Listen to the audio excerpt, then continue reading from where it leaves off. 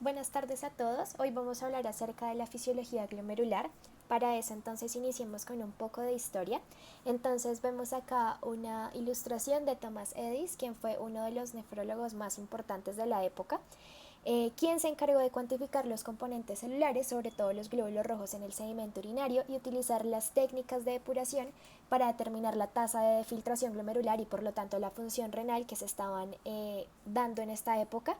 Y además uno de sus mayores aportes fue la instauración del tratamiento dietético para pacientes con enfermedad renal crónica. Y esto es importante porque uno de sus pacientes fue uno de los personajes más importantes en la historia de la química, por ejemplo, que es Linus Pauling, quien hizo distintos aportes a esta ciencia y a quien Addis trató con una dieta restringida en proteínas, que vemos sigue pues el componente dietético es bastante importante para el tratamiento de la enfermedad renal crónica.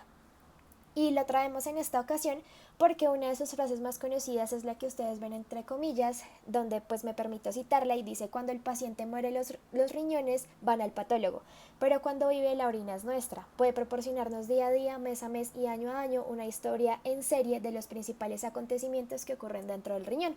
Y esto es importante y se relaciona con la charla de hoy porque vamos a ver que el daño de las diferentes estructuras del glomérulo nos van a dar manifestaciones que podríamos ver en un análisis, y de esta manera podríamos tener en nuestras manos una biopsia líquida del riñón para poder ayudar a nuestros pacientes.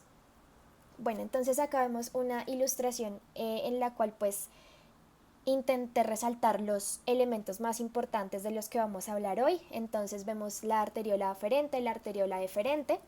Vemos que las arteriolas están tapizadas y acompañadas, además de sus células endoteliales, por unos miocitos. Vemos que están sostenidas también por el mesangio, que cuando está dentro de los capilares glomerulares se va a llamar mesangio intracapilar, y el mesangio extracapilar, que aquí es súper importante, está acompañada de células granulares que van a contener unas hormonas que veremos más adelante, y acá, en esta parte de acá, iría el túbulo contorneado distal. Al entrar entonces por la arteriola deferente, vemos acá los diferentes cortes de los mismos capilares que se van a empezar a enrollar, vemos el endotelio, y acá súper importante, como cualquier epitelio que se respete, tiene su membrana basal, que la vemos acá, que va a recubrir todos los capilares. Lo que seguiría hacia también pues hacia afuera sería la membrana basal del epitelio visceral. El epitelio visceral se va a dividir en dos: los podocitos, que es una especialización de este epitelio, y el epitelio parietal, que es este que va a seguir recubriendo la cápsula como tal. Entonces, la cápsula de Bowman es precisamente tanto el epitelio visceral, que son los podocitos, una especialización, con el epitelio parietal, que ya son células simples planas. Esa es la cápsula de Bowman, y dentro de la cápsula de Bowman está el espacio de Bowman, donde vamos a tener este ultrafiltrado del plasma o la orina primitiva. Y vemos que tanto la membrana basal del glomérulo está formada tanto por la membrana basal del endotelio como la membrana basal de los podocitos o del epitelio visceral. Listo. Entonces arranquemos con la definición, o sí, por definir qué es el glomérulo y cuáles son sus componentes. El glomérulo es la unidad de filtración del riñón y es un conjunto especializado de capilares situados en medio de dos vasos de resistencia, que como ustedes lo vieron en la ilustración era la arteriola aferente y la arteriola deferente. Está compuesta entonces por cuatro estructuras importantes: este ovillo glomerular, que es el endotelio fenestrado, que lo ven acá, esta es la luz del capilar, vemos acá una célula endotelial y vemos que entre una y otra hay unas ventanitas o unas interrupciones, a las cuales llamaremos fenestras, y de lo cual hablaremos más adelante, que miden más o menos 70 a 100 nanómetros de diámetro. La membrana basal glomerular, que es esta malla de proteínas extracelulares de colágeno tipo 4, laminina, fibronectina, proteoglicanos, que es la que ustedes ven acá en esta microfotografía entre el capilar y lo que viene a ser pues el epitelio como tal. Lo que sigue, como lo acabo de nombrar, es el epitelio, que va a formar la cápsula de Bowman, el visceral, que son los podocitos y son lo que vemos acá. Acá no alcanzamos a ver un podocito completo porque, como ven en la ilustración anterior, son bastante grandes, sino que vemos los pedicelos, que son, como por decirlo así, las paticas o las prolongaciones terciarias, que son las que van a entrar en contacto con la membrana basal glomerular. Y acá vemos estas uniones, si bien acá podríamos llegar a decir que los podocitos están separados, pero no, vean que acá sí hay unas uniones que son los diafragmas en hendidura. Y aunque no se ve en la foto, también recordar estas células mesangiales estrelladas, polimórficas, que van a tener funciones bastante interesantes e importantes que veremos más adelante. Y juntos van a permitir esta formación del filtrado glomerular primario u orina primitiva que va a entrar al espacio de Bowman, o acá enunciado como el espacio urinario. Listo. Uno de los primeros conceptos que debemos manejar es el flujo sanguíneo renal. El flujo sanguíneo renal, a grandes rasgos, es el 20% del gasto cardíaco, más de 1 litro por minuto, y esto es muchísimo más de lo que necesita realmente el riñón para poder suplir sus necesidades metabólicas.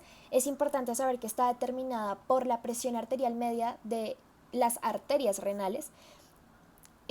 Para eso me refiero con la arteria renal y pues con sus subdivisiones, que son las arteriolas, y el músculo liso de las arteriolas como tal de la corteza específicamente. ¿Y por qué de la corteza? Porque de este 20% del gasto cardíaco, el 90% se va a ir por la arteriola, pues después de entrar por la arteriola aferente, hacer su filtrado, va a salir por la arteriola eferente y se va a ir por los capilares peritubulares. Y después de esta parte de los capilares peritubulares se va a ir a las venas renales en la corteza, es decir, el 90% de este flujo sanguíneo renal se queda en la corteza porque el 90% de las nefronas que tenemos están en la corteza. Pero hay otras del 5 al 10% que son las nefronas yuxtamedulares en el borde córtico medular. Van a obtener este 5 a 10% de este gasto cardíaco que les llega, entonces va a salir por la arteriola eferente y va a bajar hasta la médula.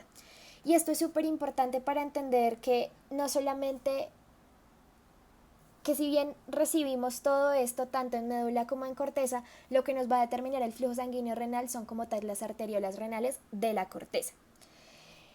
Listo, lo que sigue es el flujo plasmático renal, que como lo vemos acá están, el cálculo del flujo plasmático renal va a ser con el valor del hematocrito normal, que es 0.45 o 45% por 1.1. ¿De dónde sale este 1.1? Es el flujo sanguíneo renal que estábamos enunciando previamente. Y de aquí salen 605 mililitros minuto, y esta es la cantidad de plasma que va a ingresar al glomérulo. Es importante lo que le entra al riñón, pero esto es lo que ya realmente entra al glomérulo. Y aquí vamos a tener entonces la fracción de filtración, pero antes de empezar a deducir lo que es la fracción de filtración, es importante saber de que estos 605 mililitros minuto de plasma que ingresan al glomérulo por las arteriolas aferente, 125 o el 20%, que esta es la fracción de filtración, van a filtrarse o van a pasar al espacio de Bowman, y los 480 mililitros restantes van a pasar por las arteriolas eferentes, por los capilares peritubulares y van a seguir. Entonces, de toda la sangre que llega, esto es lo que realmente entra al glomérulo, y de todo esto, de esos 605 mililitros minuto, lo que se va a filtrar es un 20%. ¿Y cómo calculamos esta fracción de filtración? La tasa de filtración glomerular, que son 125 mililitros minuto aproximadamente, sobre el flujo plasmático renal, que es este que habíamos acabado de calcular acá, y es el 20%, es lo que, como dije, va a lograr pasar a ese espacio de Bowman, es decir, va a ser la orina primitiva. Listo. Continuamos entonces con los determinantes del flujo sanguíneo renal, que son como tal el cambio de presiones y la resistencia. Y aquí es súper importante recordar que la resistencia está determinada a su vez por 3 factores, que son la viscosidad, la longitud y el radio. Y el radio cobra especial importancia porque, si recordamos en la ley de Pusil, el radio acá está a la 4. Entonces, ¿esto qué quiere decir? Que una disminución o un aumento del radio vascular más o menos de un 20% hace que se duplique, si aumenta, o se reduzca, si disminuye, la mitad de la resistencia. Entonces, el radio va a ser un determinante fundamental para el flujo. Listo. Las resistencias de las arteriolas aferentes y eferentes son más o menos iguales, y dan la mayor resistencia renal vascular total, esto cuando están en reposo. Es importante que ustedes sepan que las presiones del glomérulo son más o menos 60 milímetros de mercurio, es una presión bastante alta que nos va a permitir la filtración, mientras que la presión en los túbulos es de 20 milímetros de mercurio, y esto va a permitir que no solamente ocurran los procesos de filtración, que esto es propio del glomérulo, sino que en los túbulos ocurran los procesos de resorción, que es también muy importante para determinar al final cuál va a ser la concentración y la cantidad de la orina. Listo. ¿Cuál va a ser el control hemodinámico de la filtración glomerular? Para eso debemos saber que por riñón tenemos más o menos 1 millón de nefronas funcionales y que la tasa de filtración glomerular es la suma de esas 2 millones de unidades individuales de filtración o de glomérulos. Entonces lo hemos nombrado mucho, no lo hemos dejado claro qué es la filtración. Filtración a grandes rasgos es hacer pasar un líquido por un filtro y ese filtro va a retener algunos de sus componentes. Eso es lo que hace el glomérulo. Entonces, hablemos ahora sí, propiamente dicho, de la filtración glomerular. Entonces, ¿por qué ocurre la filtración? La filtración ocurre, como ustedes lo ven aquí en el GIF, por un desbalance entre un gradiente de presión hidráulica, y se llama hidráulica y no hidrostática porque tenemos que en la fisiología del cuerpo humano las cosas están en movimiento y no estáticas, que van a favorecer la filtración, y el gradiente de presión oncótica que se va a oponer a la filtración. Una forma en la que a mí me lo enseñaron y se me quedó es que las proteínas, que son las que dan las presiones oncóticas, son como padres celosos que no quieren que el agua se vaya. Mientras que la presión hidrostática, o en este caso para hablar del cuerpo humano, la presión hidráulica sí va a permitir que el agua salga, va a hacer que el agua se vaya del componente intravascular, mientras que la presión oncótica va a hacer que se quede y se opone por lo tanto a la filtración. De aquí sale una presión neta resultante, que es esta presión de ultrafiltración, que lo vemos acá con la abreviación del PUF. Entonces, la tasa de filtración glomerular está dada por una constante de filtración por los cambios de la presión hidráulica menos los cambios de la presión oncótica. Estos cambios, o este delta, que se refiere a la diferencia entre la presión oncótica o hidráulica, entre el capilar glomerular y entre la cápsula de Bowman.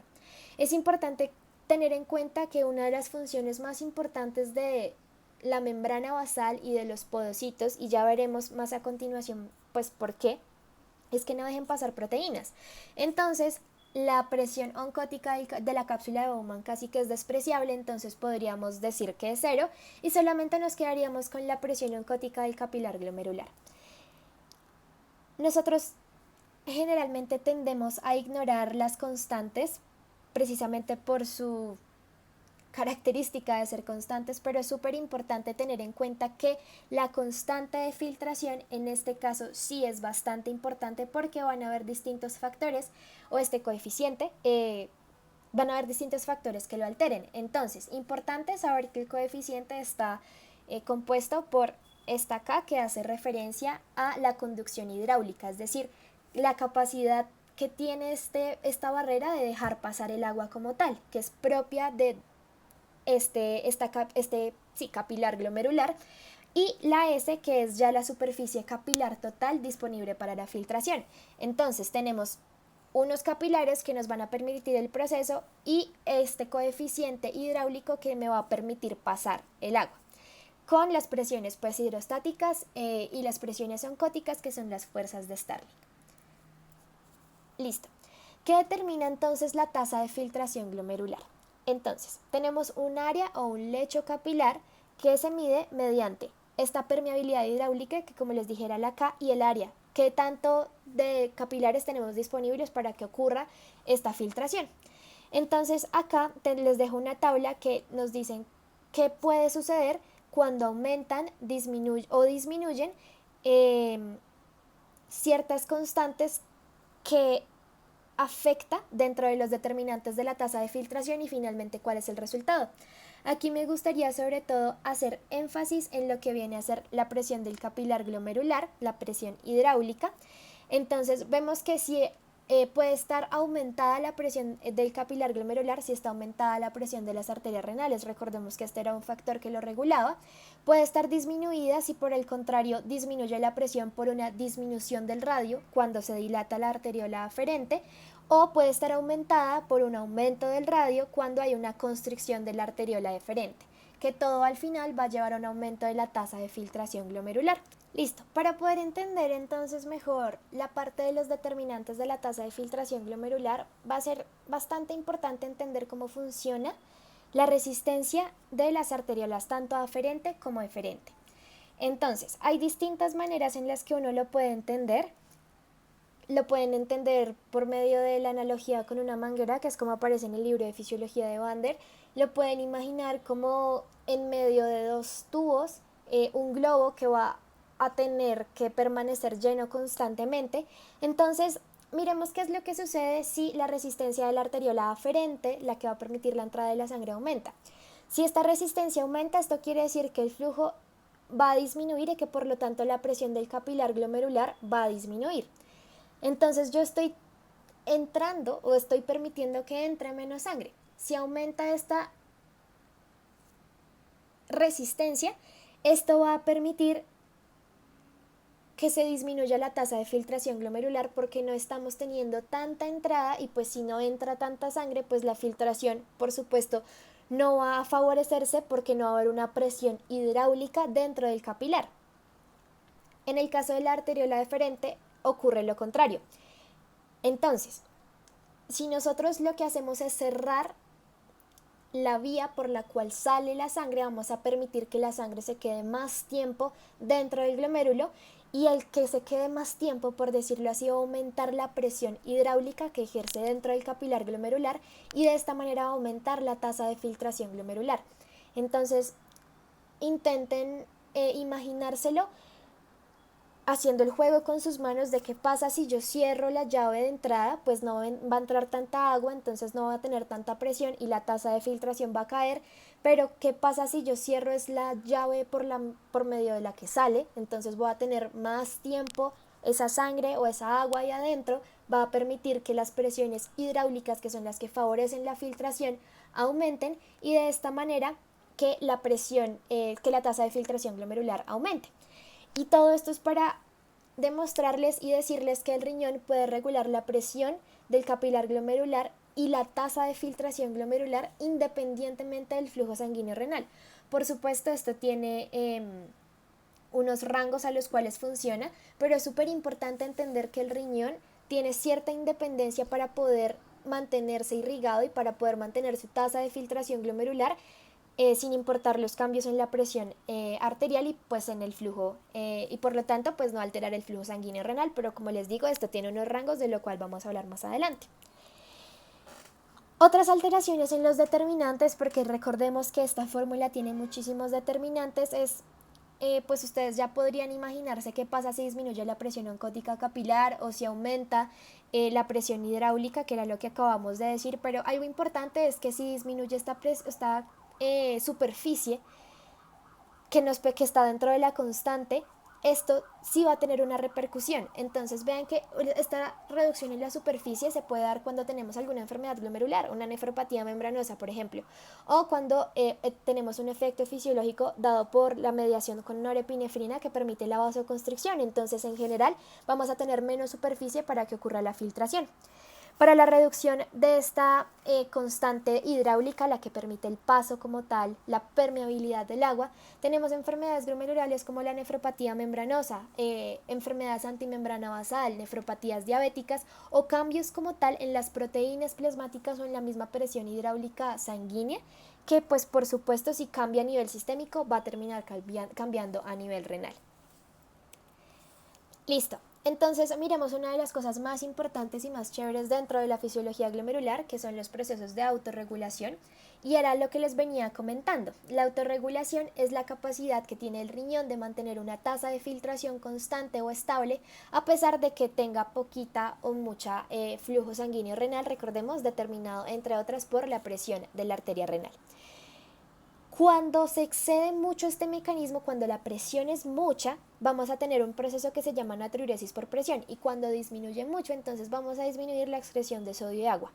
Pero esto es cuando se sale del rango. ¿Pero cuál es este famoso rango? Entre 80 y 120 milímetros de mercurio de la presión arterial media. Y entre estos rangos, la resistencia de las arteriolas que habíamos visto con antelación es la que me va a permitir tener los mecanismos de autorregulación supremamente establecidos y claros entre 80 y 120 de la presión arterial media, donde sin importar cuál sea el flujo sanguíneo renal, yo voy a tener una tasa de filtración constante. Y aquí lo vemos, tenemos dos mecanismos de autorregulación. El primero es el miogénico, el reflejo miogénico, que es la reacción de estos miocitos que yo les pintaba al lado de la arteriola aferente, que es de este músculo liso vascular, ante el estiramiento o la relajación. Y también tenemos las señales intrarrenales, que también se conoce como la retroalimentación túbulo-glomerular. Y aquí entonces tenemos un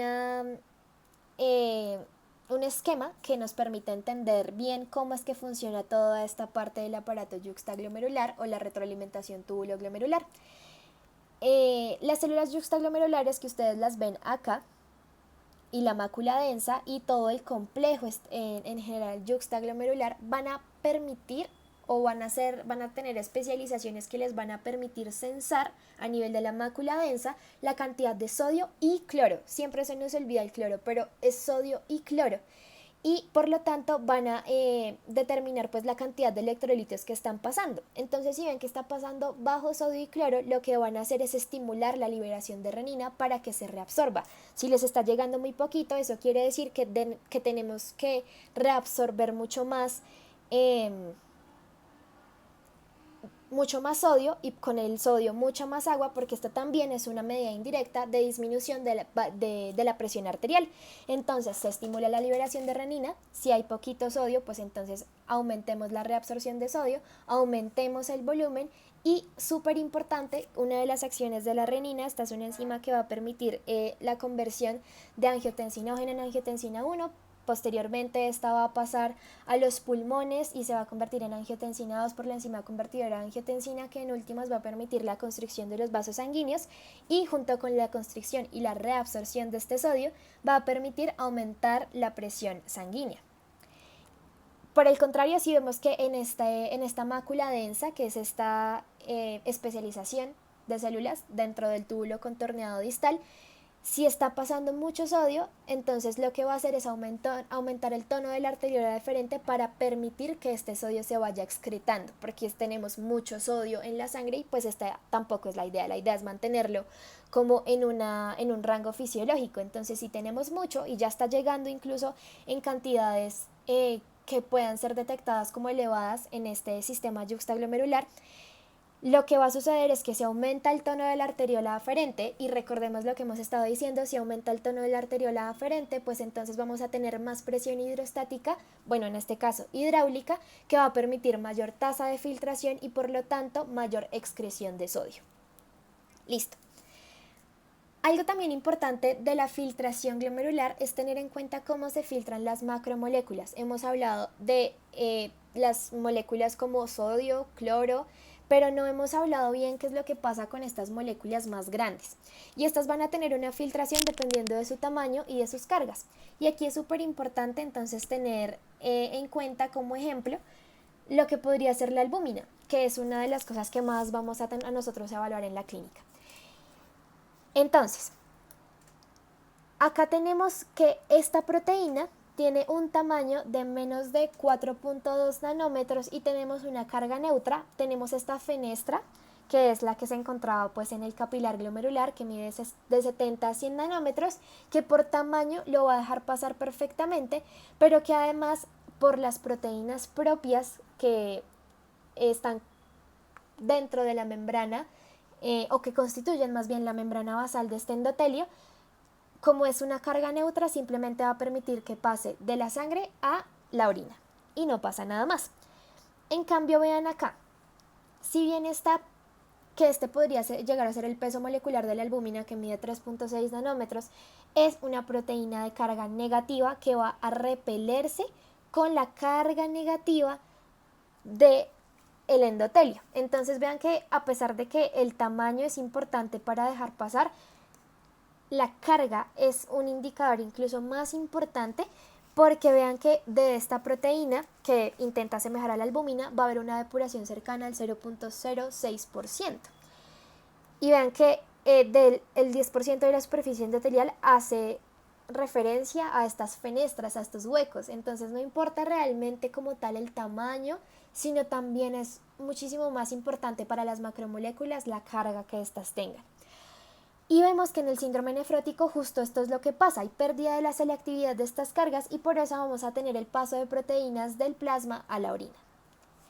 Listo, entonces ¿cuáles son los componentes tanto celulares como moleculares dentro del filtro glomerular? Entonces como les decía, es una unidad que contiene podocitos, células endoteliales que están separadas por una membrana basal que han elaborado conjuntamente y están incrustadas en un gel complejo de glicoproteínas.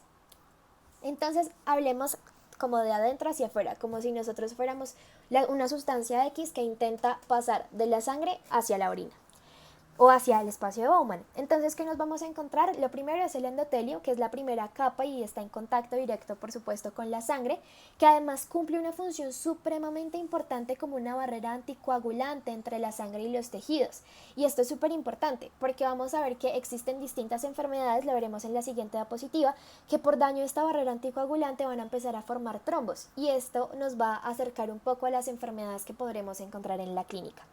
A nivel embriológico sabemos que tenemos unas células estromales que van a expresar este gen FOXD1 y van a permitir la migración del mesénquima metanéfrico hasta el ovillo, donde se va a formar como tal el riñón. Y esto está dado gracias al factor de crecimiento endotelial vascular tipo A, que va a permitir no solamente que el endotelio migre, sino que también va a permitir que el endotelio crezca, que las células endoteliales se aplanen y que empiecen a fenestrarse para pues finalmente formar el riñón funcional. El endotelio está recubierto de un glicocálix, recordemos que el glicocálix tiene carga negativa que restringe entonces el paso de macromoléculas y ya sabemos por qué. Y para que lo tengan ahí presente, el glicocálix va a alterarse en la nefropatía diabética gracias a los productos de glicosilación avanzada. Y tenemos estas fenestraciones o poros transcelulares, fenestra quiere decir en italiano ventana, donde van a tener una selectividad por tamaño y por la densidad que son necesarios para la conductividad hidráulica de la pared del endotelio y por lo tanto la filtración glomerular. ¿Qué pasa cuando tenemos alteración del endotelio?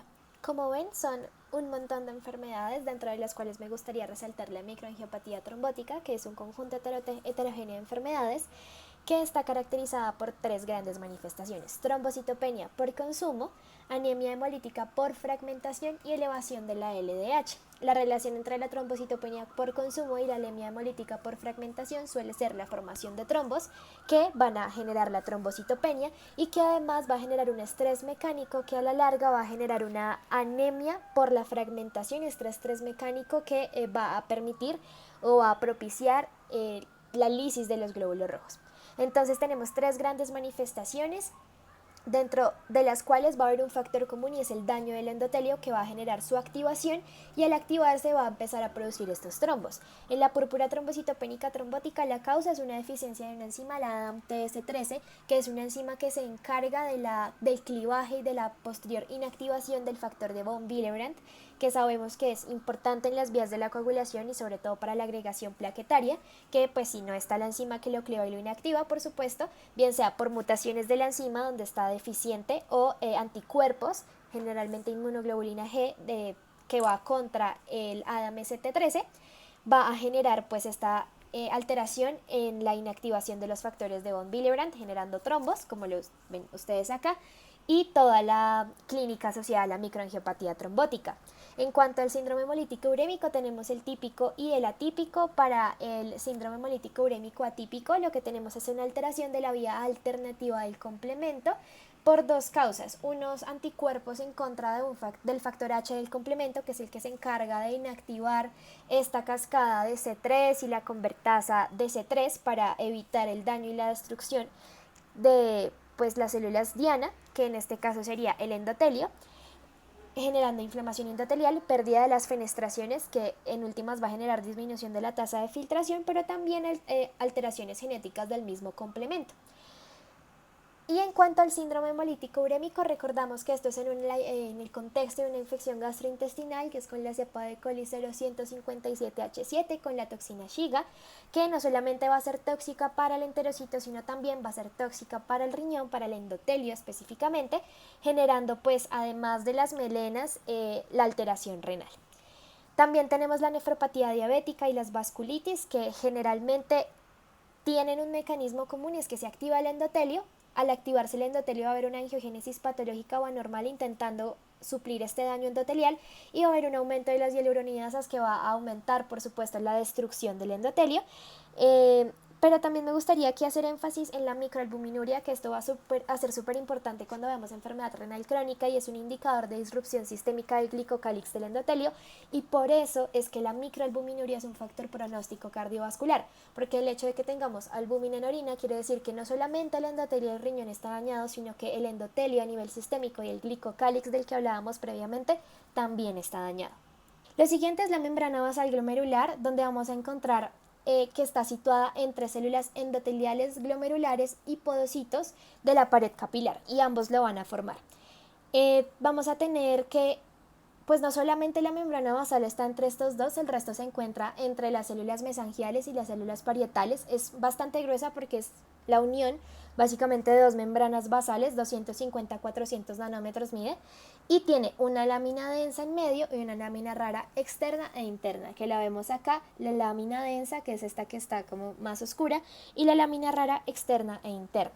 Tiene una permeabilidad selectiva, le da soporte, por supuesto, estructural tanto al endotelio como a los podocitos e incluso permite la comunicación con las células mesangiales, y son sintetizados, como les dije, por las células endoteliales y por los podocitos. Vean que acá está compuesta por muchísimas proteínas. Me gustaría hacer énfasis en la laminina, que es una glicoproteína heteromérica compuesta por 3 cadenas, alfa, beta y gamma, y que es supremamente importante, es indispensable para la formación de las membranas basales. Y eso es súper importante que lo tengan ahí en cuenta, porque ya lo vamos a ver qué pasa cuando se altera. Y el colágeno tipo 4, que es la proteína más abundante de la membrana basal glomerular, más o menos más del 50% es colágeno tipo 4, que va a permitir que, uno, ellos se ensamblan en el retículo endoplásmico y posteriormente se secretan a este espacio extracelular que van a permitir la unión de las integrinas, del heparán, de la antactina y de la laminina para formar una membrana basal estable. ¿Qué pasa si se altera la membrana basal glomerular? Tenemos acá que pueden también ser por afectaciones primarias, que es de las que les voy a hablar, síndromes genéticos o secundarias. Tenemos el síndrome de Pearson y el síndrome de Alport acá. Entonces vamos a tener que el síndrome de Pearson es dado por una mutación autosómica recesiva del gen LAMB2 que codifica para la laminina, que como les dije es fundamental para que se forme una membrana basal. Esta va a generar microcoria, síndrome nefrótico congénito y esclerosis mesangial, e incluso en algunos casos pueden haber fetos que tengan estas alteraciones que pueden llegar a ser incompatibles con la vida porque no se está formando de manera adecuada la membrana basal, no solo en el riñón, sino pues en lugares donde se necesita una membrana basal bastante estable, como pues también en la parte oftalmológica. Y tenemos el síndrome de Alport, que es una enfermedad hereditaria glomerular, auditiva y ocular, recuerden, membranas basales, que están causadas por estos genes de colágeno tipo 4, que son A3, A4 y A5, que codifican pues para las cadenas respectivas del colágeno tipo 4. Cuando esto no se produce, y vean que es cuando estas cadenas primitivas, por decirlo así, las primeras cadenas que se generan son las alfa 1, alfa 1, alfa 2, en este orden, que luego cuando empezamos pues a madurar a nivel renal pues se van a cambiar a alfa 3, alfa 4 y alfa 5. Si estas no se producen, entonces pues las formas inmaduras van a predominar porque necesitamos sacar membrana basal de algún lado y colágeno tipo 4. Entonces esto va a permitir que la membrana basal se forme y funcione adecuadamente en los primeros años, pero luego va a empezar a generar manifestaciones porque esta no es el colágeno tipo 4 que nos sirve en la edad adulta, entonces va a generar hematuria, que la membrana basal empiece como a desdoblarse, como a perder su integridad. Recordemos que esta era la proteína que permitía el ensamblaje de todo lo que habíamos visto anteriormente, y posteriormente pues la esclerosis y el engrosamiento de la misma con proteinuria y disminución de la tasa de filtración. Posteriormente siguen los podocitos, entonces recordemos que este es el componente distal del filtro y es el segundo o el tercer filtro más estricto dependiendo de cómo lo vean. Básicamente es un tamiz molecular con la mayoría de los poros súper chiquiticos, incluso más pequeños que la albúmina, y por eso se piensa que es un filtro bastante estricto. Se derivan de la metamorfosis de una célula epitelial, que en inicio es cuboidal, que empieza a tener prolongaciones primarias, entonces empieza a tener unas paticas y luego esas paticas salen otras paticas y luego de esas paticas salen otras paticas que son los que conocemos como pedicelos o prolongaciones terciarias que se interdigitan o se unen o se entrecruzan para formar estas uniones intercelulares que se llaman diafragma en hendidura y que van a ser también súper importantes. Entonces, para saber de qué está compuesto estos podocitos, pues tiene un aparato contráctil que se va a encargar de literalmente al abrazar a este capilar, que es lo que vemos acá en esta microfotografía súper bonita, va a permitir la regulación del flujo sanguíneo renal. Además, importantísimo que sepan que está compuesto por dos proteínas importantes, la nefrina, que es un componente integral de la membrana de los podocitos, y que es una proteína bastante activa y es un punto de interés y bastante álgido en la investigación, y que si se llega a dañar va a causar un síndrome nefrótico congénito por mutación de la nefrina, ya lo vamos a ver, que va a causar una proteinuria masiva, pero masiva desde 20 gramos, es una proteinuria bastante masiva, que además va a terminar alterando, y esto es súper importante, y la proteinuria es masiva, porque va a alterar el diafragma en hendidura y va a generar que los pedicelos no tengan la morfología que deben tener y por lo tanto se va a dañar tanto el diafragma como tal el pedicelo, que es este filtro súper estricto para el paso de proteínas. Y también la podocina, que es una proteína de membrana que se expresa solamente en los podocitos y por eso se llama podocina. Sobre todo en los podocitos tanto en desarrollo como en los podocitos maduros, y aquí tenemos muchísimas proteínas más, receptores como el TRCP6, que también es súper importante, que es un canal catiónico permeable al calcio, que también está en el diafragma de hendidura y permite un control estricto de el calcio y los cationes que van pasando para permitir la integra, como que no se dañe la hendidura. Entonces, ¿qué es lo que va a pasar? Cuando tenemos alteraciones del gen NPHS2, que es el de la podocina, y el S1, que es el de la nefrina, vamos a tener nefrosis congénita, desde nefrosis congénita hasta glomerulosclerosis focal y segmentaria del adulto.